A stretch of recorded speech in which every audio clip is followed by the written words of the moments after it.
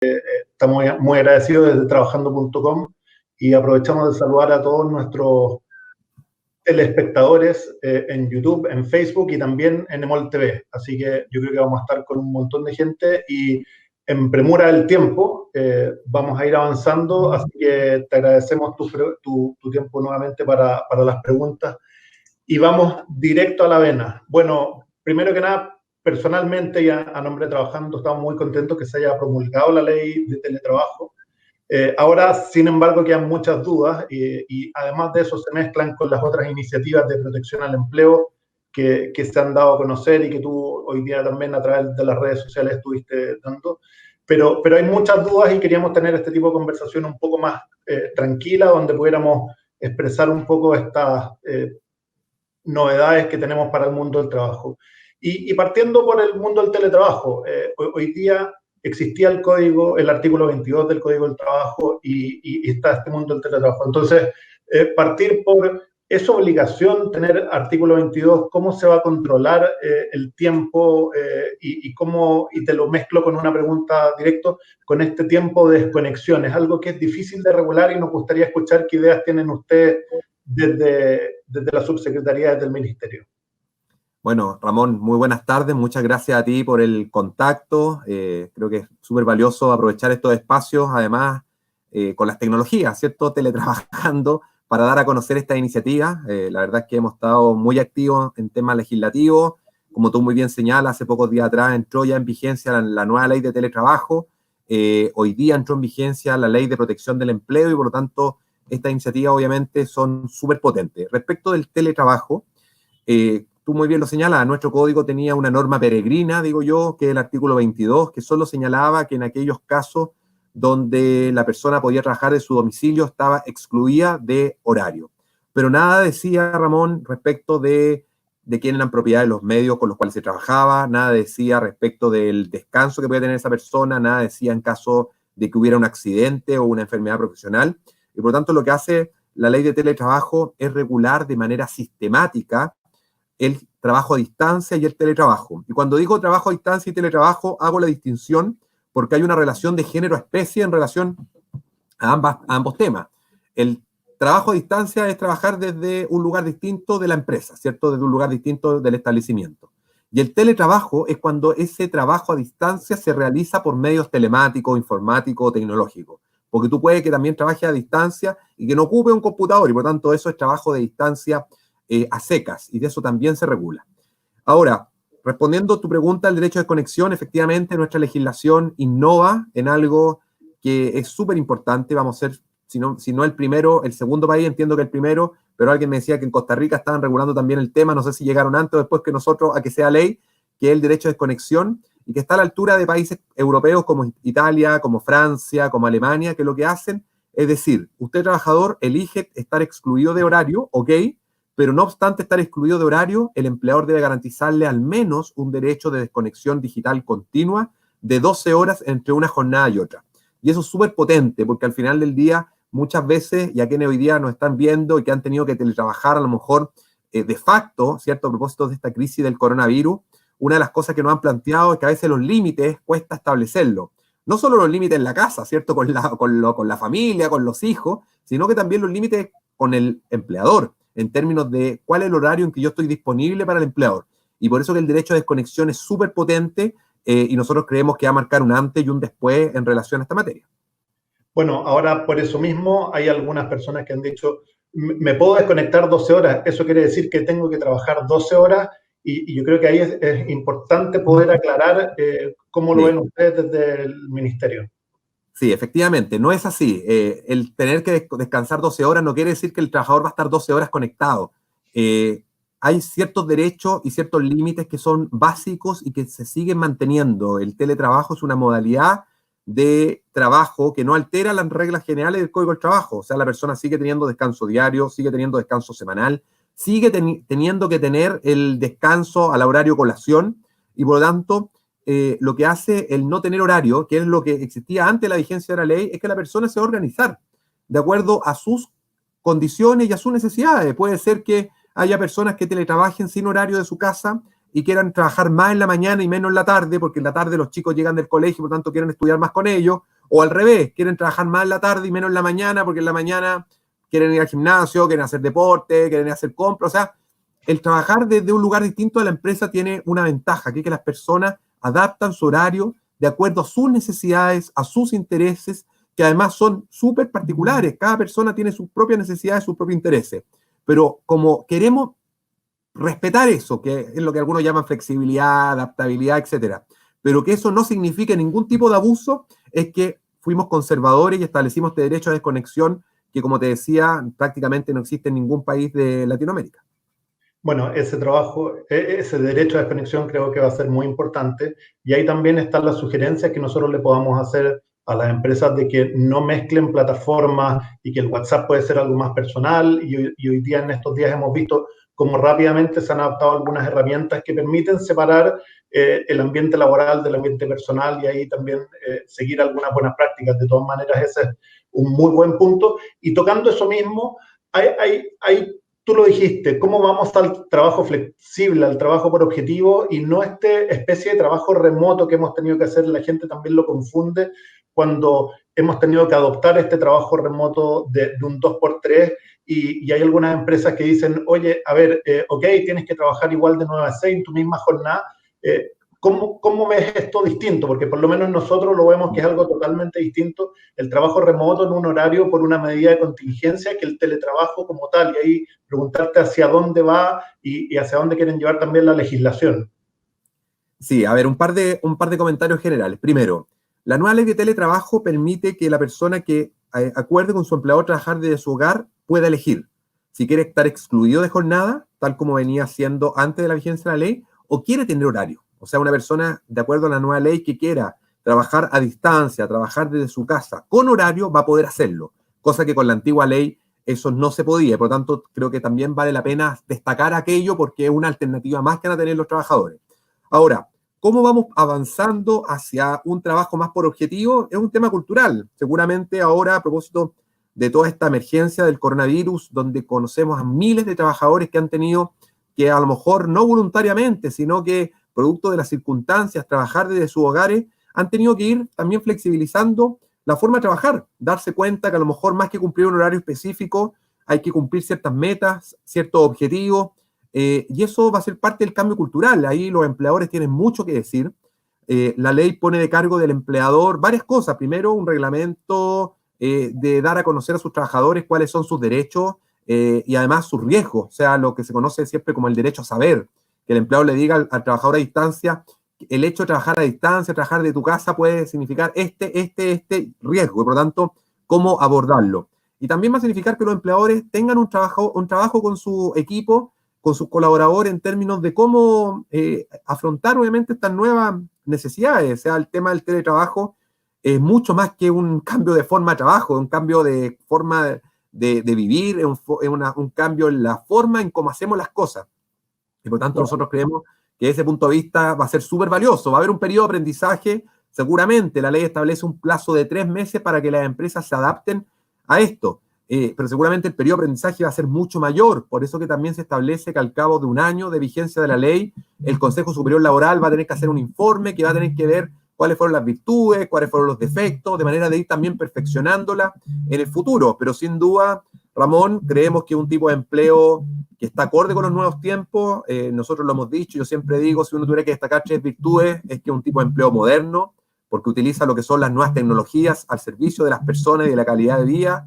Es un tipo de empleo inclusivo, porque permite que personas que tradicionalmente están fuera o relegadas del mundo del trabajo, como por ejemplo personas con discapacidad, adultos mayores, mujeres, jóvenes, puedan sumarse de mejor manera, llamado un tipo de empleo sustentable, porque es amigable con el medio ambiente, con la naturaleza, nos ayuda a descontaminar las ciudades y a descongestionar las ciudades. Buenísimo. Oye, Fernando, dentro de nuestros auditores hay muchas personas de los equipos de recursos humanos de la empresa, y también ellos tienen dudas, y una forma de ir resolviendo esas es poniéndose también al otro lado. ¿Qué pasa si se implementó un mecanismo de teletrabajo y te das cuenta que tu colaborador no está funcionando tan bien? ¿Cómo tienen planteado ustedes que eso pueda volver atrás? ¿Se puede volver atrás o Sí. no?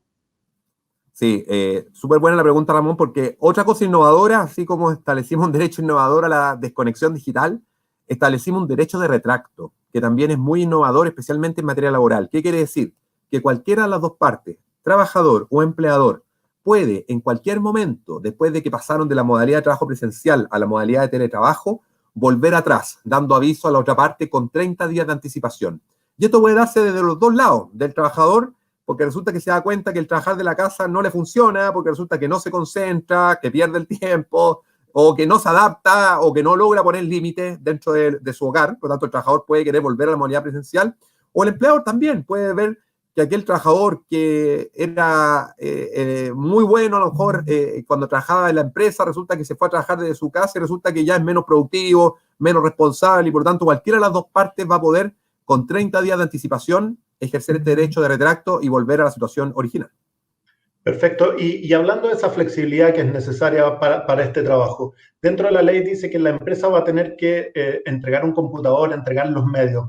Ahora bien, en algunas empresas que ya han adoptado el teletrabajo, ha ido en contra de eso. Han tenido políticas al revés, de que cada empleado tenga su computador, se pueda adoptar de mejor forma, o así también, como tú decías, ahora nos ha tocado hacer teletrabajo con niños en la casa, muchos en particular a mí, y no es lo mismo estar con los niños en la casa, entonces buscar un buen lugar y también acomodarse a este tipo de otras condiciones. Hoy a mí me gusta trabajar con un tipo de computador y otro. ¿Cómo tienen planeado? Porque entiendo que eso está fuera de la ley, pero debiera estar regulado en algún tipo de reglamento que ustedes tengan que emitir.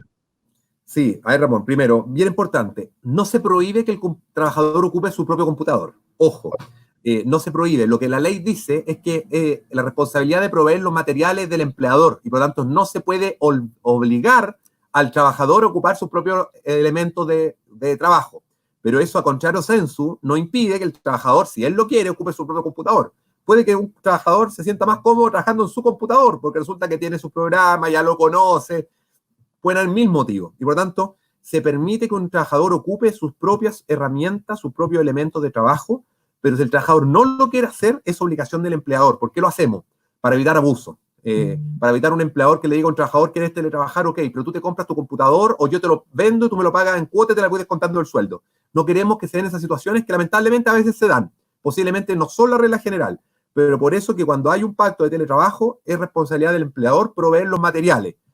Lo cual no quita que si el trabajador tiene un computador o tiene elementos que le permitan teletrabajar y el trabajador quiere ocuparlo porque resulta que es más cómodo para él ocupar su propio computador que el computador de la empresa, aquello sí es posible.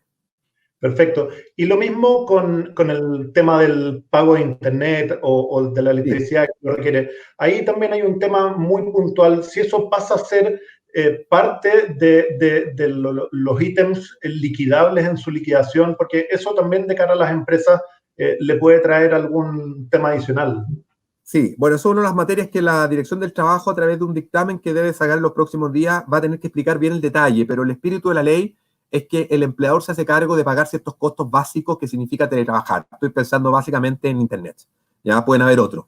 ¿Y cómo se va a acordar cuánto se paga? Va a tener que ser parte de un acuerdo. Seguramente va a ser una asignación que se va a tener que establecer entre las partes en que trabajador y empleador acuerdan que por concepto de pago de Internet se le va a otorgar una asignación y por tanto se le tendrá que dar el tratamiento legal y tributario que se da hoy día a las asignaciones en nuestro país. Por lo tanto, es una materia que eventualmente la Dirección del Trabajo va a tener que interpretar en su dictamen, pero el espíritu de cuando discutimos este proyecto en el Congreso, más que ponerle más carga a los empleadores, especialmente a las pymes, que sabemos que con esto son más costos, es que puedan llegar a acuerdos y evidentemente el empleador y el trabajador van a tener que acordar cuáles son los costos fijos que ese trabajador va a tener desde su casa y que no los tendría si no estuviera teletrabajando. Y el empleador obviamente va a tener que hacerse cargo de ello, pero siempre en este marco de acuerdo y de consentimiento mutuo. Perfecto. Ahora yo quiero sacarte un poco del mundo privado y preguntar, uno de los más grandes empleadores del país es el mundo público. ¿Qué pasa con el mundo público y el estatuto administrativo? Porque hoy día se han tenido que adaptar y básicamente los jefes de servicio han tenido que hacer algún tipo de regulación totalmente extra y es importante también poderle expresar y saber para dónde va el desafío de teletrabajo en el mundo público. Sí, Ramón, así como llegamos tarde en el mundo privado a regular el teletrabajo, y estaba leyendo algunos de los comentarios que nos mandan las personas y nos decían, ¿qué pasa si ya estamos teletrabajando? y tuvimos que sacar una ley cuando ya muchos estaban teletrabajando y nos hubiera encantado que esta ley hubiera salido antes. Nosotros la presentamos el año 2018 al Congreso. En el sector público pasa exactamente lo mismo. Hoy día hay muchos funcionarios teletrabajando de facto. Nosotros como gobierno presentamos en diciembre del año pasado, dentro de la discusión de la ley de reajuste, normativa para que se pudiera aplicar el teletrabajo en el sector público. Y lamentablemente hubo un sector político que votó en contra de eso. Y esperamos que obviamente ese sector político hoy día recapacite y vea que fuera de la ideología, hoy día el teletrabajo es necesario. El teletrabajo no precariza, como algunos lo dicen por consigna, pero cuando tú les preguntas en qué precariza, no te saben dar ningún argumento válido de por qué precariza. Y por lo tanto, hoy día el sector público ya está teletrabajando. Hay un instructivo del Contralor General de la República que también lo permite, pero esto nos gustaría que fuera por ley y que fuera un derecho de los trabajadores. Nosotros como gobierno lo venimos diciendo hace tiempo. Ojalá pudiéramos tener más teletrabajo en el sector público. Hoy día hay ciertas instituciones públicas que sí teletrabajan y que funcionan de maravilla, y quiero citar, y siempre los pongo como ejemplo, el INAPI, el Instituto Nacional de Propiedad Intelectual. Funcionan hoy día con un 30-40% de su dotación por teletrabajo. Aumentó la productividad, disminuyó el ausentismo, disminuyeron las licencias médicas, mejoró la calidad de vida, o sea, puras ventajas. Y por lo tanto, ojalá el sector público también se pueda sumar, más allá de esta contingencia, a una materia permanente en relación al teletrabajo. Así que ahí esperamos, obviamente, contar con el apoyo transversal de todos los sectores políticos y que esto no se siga viendo como un tema ideológico, sino que al contrario, que este es un tema que mejora la calidad de vida, como lo demuestran por lo demás las decenas de estudios que existen sobre el tema. Fernando, y tratando de ir un paso más adelante, el ya tener una ley de teletrabajo nos deja en una posición, y yo lo digo ahí a tono personal, totalmente favorable frente a lo que estábamos.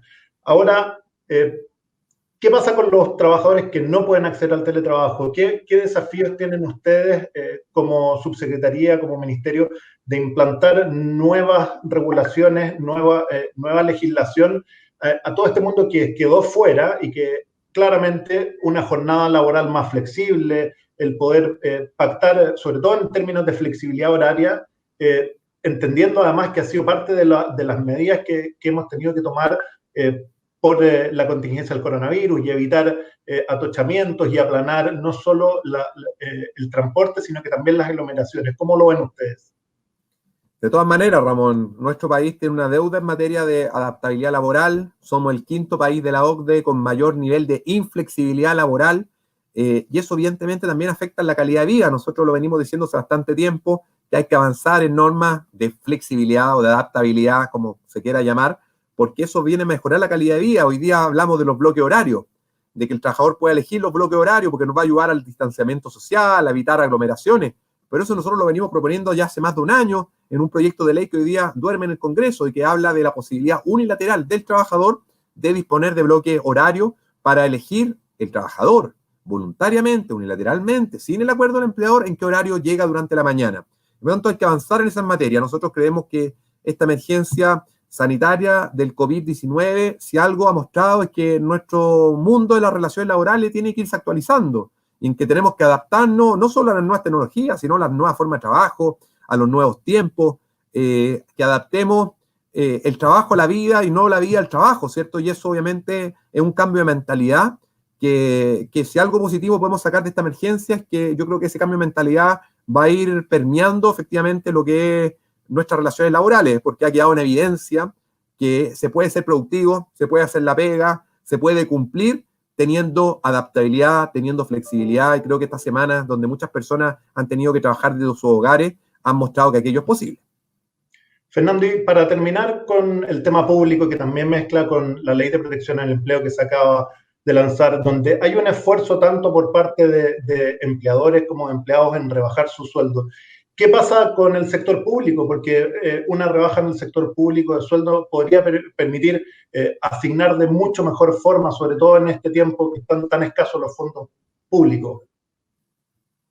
A ver, eso tiene que ser por ley. Ahí no soy yo la persona que tiene que definir si los sueldos de los funcionarios públicos deben mantenerse, deben bajarse. Ahí tiene que haber toda una discusión en el Congreso. Hay proyectos de ley que hoy día plantean eventuales reducciones de salario, de autoridades, de parlamentarios, y eso es parte de la discusión que hay que dar. Y obviamente eso se tendrá que discutir en el Congreso y es parte de lo que tendrá que verse y compararse, ¿cierto? Si esa persona haciendo ese trabajo en el sector privado está mejor o peor pagado. porque hay que evaluarlo bien. La idea, obviamente, es que los sueldos del sector público sean sueldos razonables, pero que tampoco inhiban a buenas personas que están en el sector privado de querer venirse al sector público. Entonces hay que mantener un necesario equilibrio entre un sueldo que sea un sueldo razonable y que obviamente pueda significar también algo justo.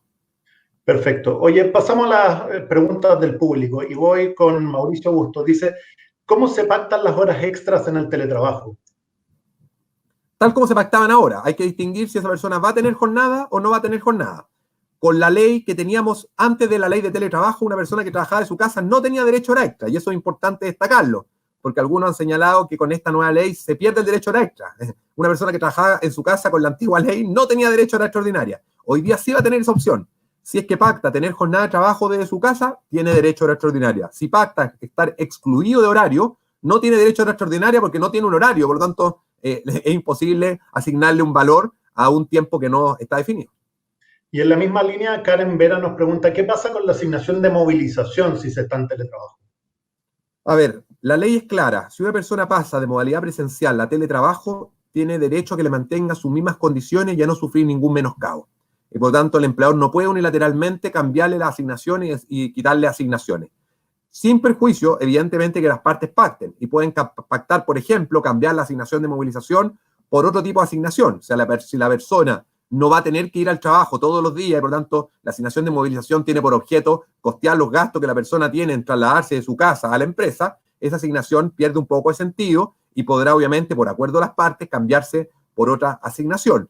Ahora bien, es importante, Ramón, que la ley permite combinar tiempos de trabajo presencial con tiempos de trabajo a distancia, por lo tanto puede que esa asignación siga siendo necesaria si la persona, por ejemplo, pacta trabajar todas las mañanas desde la empresa y todas las tardes desde su casa. Hay varias preguntas de la gente que ha estado teletrabajando de facto, como tú decías, y no han firmado anexo. Tú lo aclaraste que hay 3 meses, pero ¿cómo se plantea en esta zona que hemos estado, entre comillas, haciendo este teletrabajo de facto? ¿Qué temas ustedes ven como riesgosos o que tenemos que tener en cuenta de cara a los trabajadores y también de cara a las empresas para que no haya ningún problema?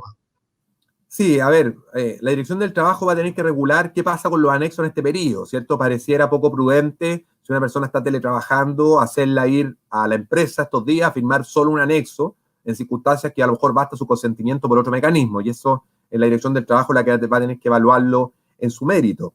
Y por tanto hay que avanzar en esa materia. Las empresas también tienen obviamente que capacitar. Es importante que aprovechen a capacitar a sus trabajadores lo que significa el teletrabajo. El teletrabajo es una modalidad distinta de hacer las cosas, una modalidad distinta de hacer la pega y por lo tanto también es parte de la responsabilidad, no solo ética, sino que legal, porque la ley lo dice expresamente, del empleador de capacitar a sus trabajadores acerca de estas nuevas formas de empleo. Perfecto. Fernando, hay algunas preguntas respecto de la Ley de Protección del Empleo que creo que es importante no dejarlas. ¿Qué pasa con las personas que no tienen plata en la AFC y se encuentran o en el sistema antiguo o se acaban esos fondos? Creo que es importante lo puedas aclarar. La Ley de Protección del Empleo, Ramón, va a beneficiar alrededor de 4,5 millones de trabajadores de nuestro país que tienen contrato de trabajo y que tienen cotizaciones. Por lo tanto, todo aquel trabajador que cotiza en el sistema de cesantía y que tiene contrato de trabajo va a poder hacerse cargo y va a poder usar la ley. Se establece un requisito muy bajo, por lo menos en relación a lo que existía respecto al número de cotizaciones. Antes de esta ley se exigía para los contratos indefinidos 12 cotizaciones, para los contratos a plazo fijo 6 cotizaciones. Nosotros estamos bajando a través de esta ley para la suspensión del contrato a solo 3 cotizaciones, o 2 cotizaciones si es que hay 6 en los últimos 12 meses. Por tanto, se baja bastante. Aquellas personas que no tengan fondo en su cuenta individual, el llamado a que no se preocupen porque el Estado está inyectando a través del fisco $2,000 millones al Fondo de Cesantía Solidario. Precisamente para aquellas personas que no tienen en sus cuentas individuales fondos suficientes puedan pasar a cobrarlo al Fondo de Cesantía Solidario. Bueno, aprovecho de poner esta otra pregunta dándole la otra mirada. En caso del teletrabajo, pregunta Carlos Saldías, ¿qué pasa con la sala cuna? Se mantiene, porque el derecho a sala cuna es un derecho que tienen los trabajadores y trabajadoras por el solo hecho de trabajar, por lo tanto sigue la obligación del empleador de pagar sala cuna, y esto es muy importante por el tema de las corresponsabilidades. No confundamos que una persona trabaja de su casa, que tiene que darse el cuidado de los hijos en la casa. Lo que hay que desterrar, Ramón, es la imagen ¿cierto? Que a veces, y causa mucha molestia, especialmente en las mujeres, y con razón, cuando muestran una imagen del teletrabajo a una madre con su hijo en brazos y frente a un computador. El estar trabajando en la casa es estar trabajando, no es estar trabajando y a la vez cambiando pañales, cuidando la guagua. Por lo tanto, el derecho a sala cuna se mantiene y por lo tanto los empleadores deben seguir obviamente financiando la sala cuna para que esa persona que trabaja en su casa, hombre, mujer, joven, adulto mayor, quien sea, pueda hacerlo de manera tranquila y de manera adecuada. Bien, hay otra pregunta. ¿Qué sucede con los accidentes laborales? Quedan absolutamente cubiertos con la nueva ley. La nueva ley dice de manera expresa que en caso de ocurrir un accidente o una enfermedad profesional a causa o con ocasión del trabajo, se reciben todas las prestaciones y todo el tratamiento que corresponde de acuerdo a la ley 16.744, que es la que regula los accidentes del trabajo y enfermedades profesionales. Así que también ese es un avance importante en relación a esta nueva normativa, porque antes esto no estaba regulado y si bien habían ciertas circulares de la Superintendencia de Seguridad Social que algo decían sobre la materia, hoy día no hay una circular, no es jurisprudencia administrativa, sino que hoy día es ley y por tanto tiene un peso mucho mayor para efecto de dar tranquilidad a los trabajadores. Perfecto. Oye, y hay un tema muy importante en el teletrabajo que también lo pregunta Carla Saldías. ¿Qué pasa con la seguridad de la información? ¿Cómo lo han visto si me roban el PC de la casa o me hackean? A propósito de este mismo tema de las reuniones por Zoom y que ha estado todo este tema respecto a la seguridad de la información. ¿Cómo lo han visto y se le exigirá algún tema adicional de la seguridad de la información a las empresas para esta modalidad de teletrabajo?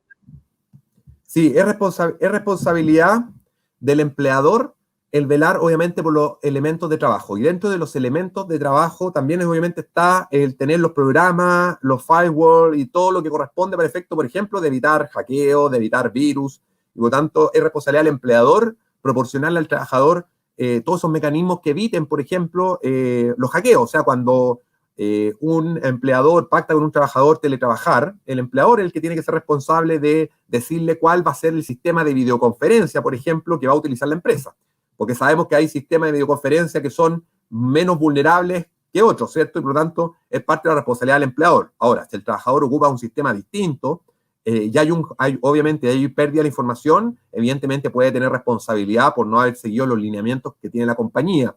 Y por eso es tan importante que las empresas que pacten teletrabajo con sus trabajadores puedan acordar ciertos reglamentos y ciertos instructivos básicos en la materia. Fernando, estamos muy bien de tiempo. Agradezco, la verdad, todas estas preguntas y respuestas que pudimos realizar. Hemos tenido una gran audiencia, llegamos casi a los 500 usuarios en vivo y la verdad estoy muy agradecido el tiempo que nos has dedicado en contestar estas preguntas de forma totalmente abierta, que nos ayudan mucho para aclarar y para poder sobrevivir estos momentos que hemos tenido que lidiar con incertidumbre, también con formas nuevas de trabajar y yo creo que aquí el mensaje, y nos gustaría unas palabras de cierre tuyas, más allá de adaptarse, que es algo que creo que hemos tenido que hacer todos, ¿cuál es el mensaje que te gustaría dejar como cierre para todos nuestros telespectadores? Bueno, gracias Ramón primero por el contacto, por la posibilidad. Efectivamente, nuestro país está pasando momentos complejos, no solo Chile, sino que el mundo, y por lo tanto las relaciones laborales son claves. Y cómo sepamos llevar las relaciones laborales también va a significar en cómo podemos sobrevivir y sobrellevar, obviamente, esta situación de contingencia. Y por eso, qué importante y el llamado a aprovechar, obviamente, este espacio para que trabajadores y empleadores vean esto como una oportunidad de mejorar relaciones laborales, como una oportunidad de mejorar también las condiciones de trabajo, de abrir espacio a nuevas posibilidades de corresponsabilidad, a nuevas oportunidades de conciliación, trabajo y familia. Y por tanto, obviamente uno puede desde el Ejecutivo, desde el Congreso, aportar con leyes, pero esas leyes, si no tienen un espíritu dentro de la relación trabajador-empleador, va a ser solo una letra puesta en un papel. Y por eso que es importante, obviamente, todas estas campañas que ustedes también ayudan a hacer de sensibilización, de concientización y de manejo, obviamente, de las oportunidades laborales para ir generando mejores expectativas a las personas. Perfecto, te agradecemos, Fernando, por tu tiempo. Estamos perfectos en la hora, así que muchas gracias y estamos en contacto. Muchas gracias. Hasta luego, que estén muy bien. Chao.